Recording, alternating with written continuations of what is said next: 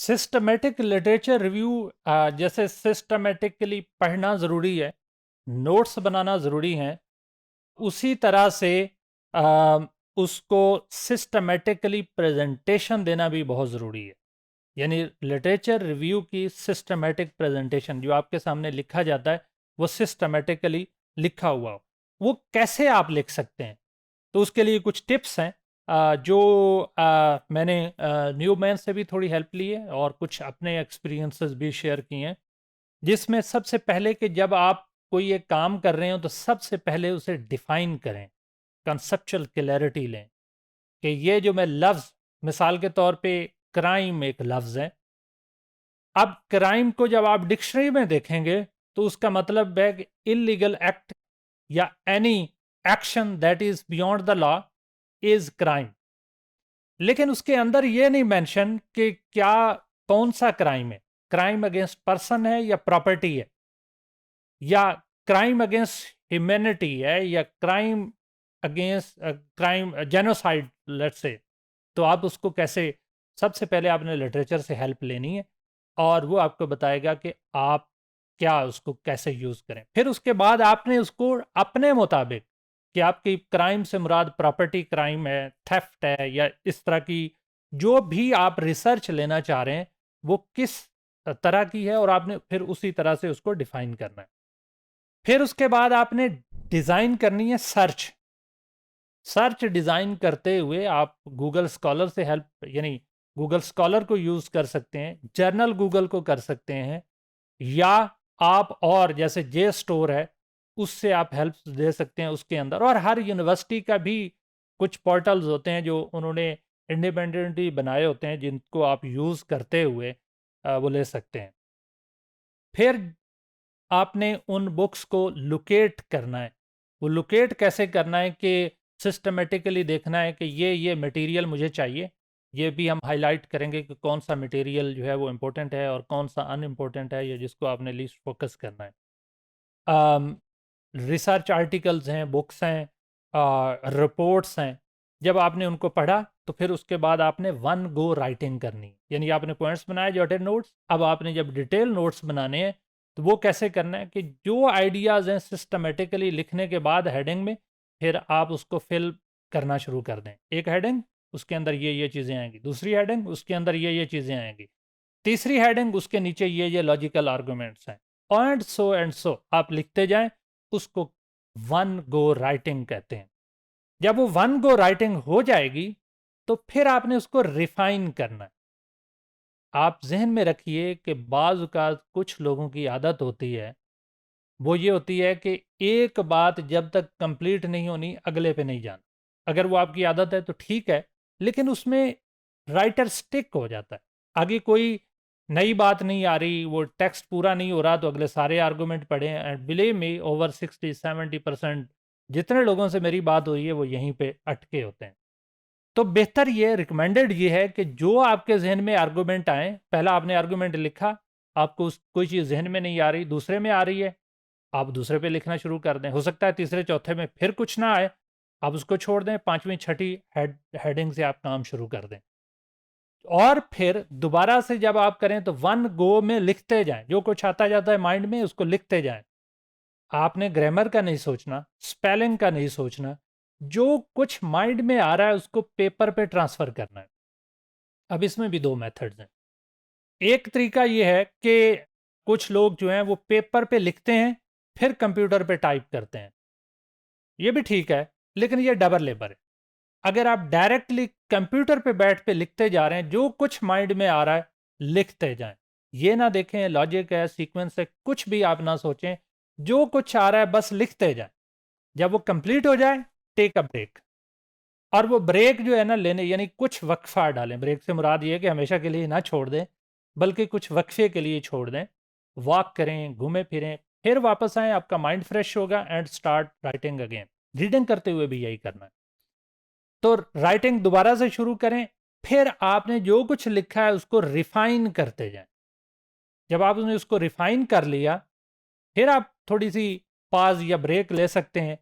फिर उसको, बाज़ औक़ात मैंने ये भी नोट किया है, ये पर्सनल एक्सपीरियंस है, कि हम एक काम कर रहे होते हैं वो इतना बोरिंग हो जाता है फॉर सर्टेन डेज वो छोड़ दें, फॉर सम वीक्स में भी, अगर नए नए हैं तो कोई फर्क नहीं पड़ता, लेकिन जब दोबारा आए जहन में आप वहां से शुरू कर दें, नई चीज लिखना शुरू कर दें, एक का जो है ना रास्ते में छोड़ के दूसरी शुरू कर दें, दूसरे काम शुरू कर दें।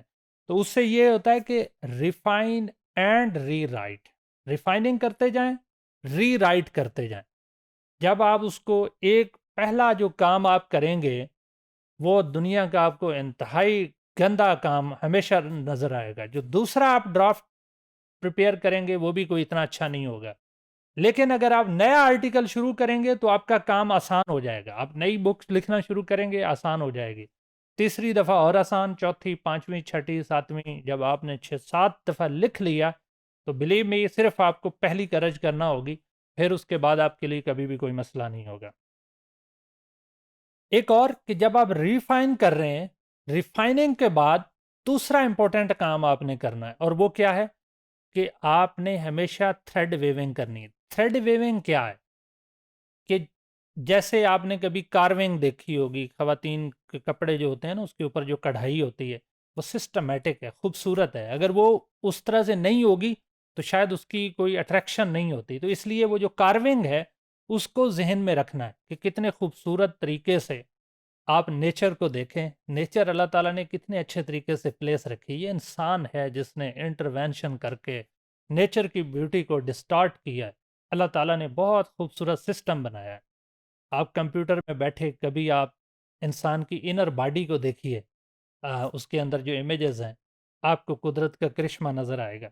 इसी तरह से आपने भी कार्विंग जब करनी है, जब आपने टेक्स्ट लिखना है, तो जितनी ब्यूटी आप डालेंगे उतनी ही उसमें अट्रैक्शन बढ़ती जाएगी, जितना वो थ्रेड वेविंग होगी उतनी ही अट्रैक्शन बढ़ती जाएगी।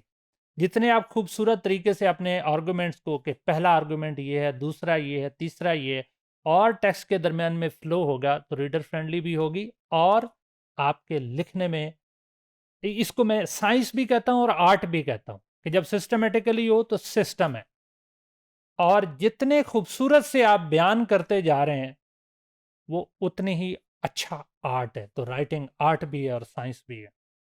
फिर आपने रिसर्च की राइटिंग लिखते हुए ऑलवेज यूज डायरेक्ट लैंग्वेज। आपने एक्टिव वॉइस यूज करनी है, पैसिव वॉइस नहीं करनी। अगर आप नाइव रिसर्चर हैं, नाइव यानी शुरू शुरू में जो कमजोर रिसर्चर्स हैं वो जो लिखते हैं तो वो पैसिव वॉइस में लिखते हैं। उसकी वजह ये कि इनर से, मैं कहता हूं कि ये इनर से सेटिस्फाइड नहीं होते, कॉन्फिडेंट नहीं होते, इसलिए पैसिव वॉइस लिखते हैं। जितने भी लोगों को मैं अपने से शुरू करता हूँ, और मेरे जितने भी स्टूडेंट्स हैं एमफिल, पीएचडी, मास्टर के, हमेशा यही करते हैं कि पैसिव लैंग्वेज यूज़ करते हैं। आपने हमेशा डायरेक्ट और एक्टिव लैंग्वेज यूज़ करनी, फिर सिंपल लैंग्वेज यूज़ करनी। कुछ लोग वोकैबुलरी के चक्रों में पड़ जाते हैं कि ये वोकैबुलरी नहीं होगी, सिनोनिमस यूज़ करते हैं, और वो उसके सेम मीनिंग के वर्ड यूज़ करते हैं। वो इतना अट्रैक्टिव नहीं होता, उससे मीनिंग ही चेंज हो जाते हैं। जो अल्लाह ताला ने आपके जहन में डाला है, बस सिंपल और स्ट्रेट लैंग्वेज यूज़ करें। Always keep in mind reader friendly writing, always keep in mind reader friendly writing, और साथ में स्मार्ट राइटिंग। छोटे सेंटेंसेस, मिसाल के तौर पे subject, verb, object, subject, verb, object, ये आप जहन में रखते, जो सिंपल लैंग्वेज है वो आपने यूज़ करनी है। कहाँ पे कौन सा लेटर कम बड़ा करना है, छोटा करना है, फुल स्टॉप कहाँ पे लगाना है, क्योंकि जब शुरू में लिख रहे होते हैं तो ये बिल्कुल केयरफुल नहीं होते, उससे आपकी लिखने की ब्यूटी खराब होती है। तो आपने सिंपल बट स्मार्ट सेंटेंसेस, सादा इजी लैंग्वेज। मैं अक्सर कहता हूँ, जब मैं स्टूडेंट्स साथ तो 6th क्लास से पढ़ना शुरू किया, आजकल तो खैर फर्स्ट क्लास से या प्ले ग्रुप के बच्चे भी लिखना शुरू करते हैं इंग्लिश। तो आपने जो भी लिखना है वो मेरे 6th क्लास वाली लैंग्वेज यूज़ करनी है, बिल्कुल इजी, आसान से। और जितना भी आप लिख रहे हैं उसमें आपने रिपीटेशन नहीं डालनी। ऊपर भी बात की, 2-3 पैराग्राफ के बाद बात की, 2-3 सेंटेंसेस के बाद बात की, always avoid repetition. One go में लिख रहे हैं कोई मसला नहीं, उसके बाद जब आप रिफाइन करें उसको आउट कर दें। और लिखते हुए always keep in mind logic. Allah Taala ने ये दुनिया बनाई है, लॉजिक के साथ बनाई है। अल्लाह ताला ने ये दुनिया बनाई है, हमें बनाया है, तो हमें रीजनिंग और लॉजिक के साथ बनाया है। तो आपने भी रीजनिंग और लॉजिक को नहीं छोड़ना। लॉजिकली ये बात ठीक है, इसकी ये रीजंस हैं, इसके ये आर्गुमेंट्स हैं। And research is all about logic and reasoning, logic, reasoning and description and interpretation. तो जितना आप ये 3-4 काम करेंगे, आपकी राइटिंग की ब्यूटी बढ़ती जाएगी। और मैं चाहता हूँ और दुआ भी करता हूँ कि अल्लाह ताला आपकी बहुत अच्छी राइटिंग करे। And I want to see you one of the best sociologist in the world.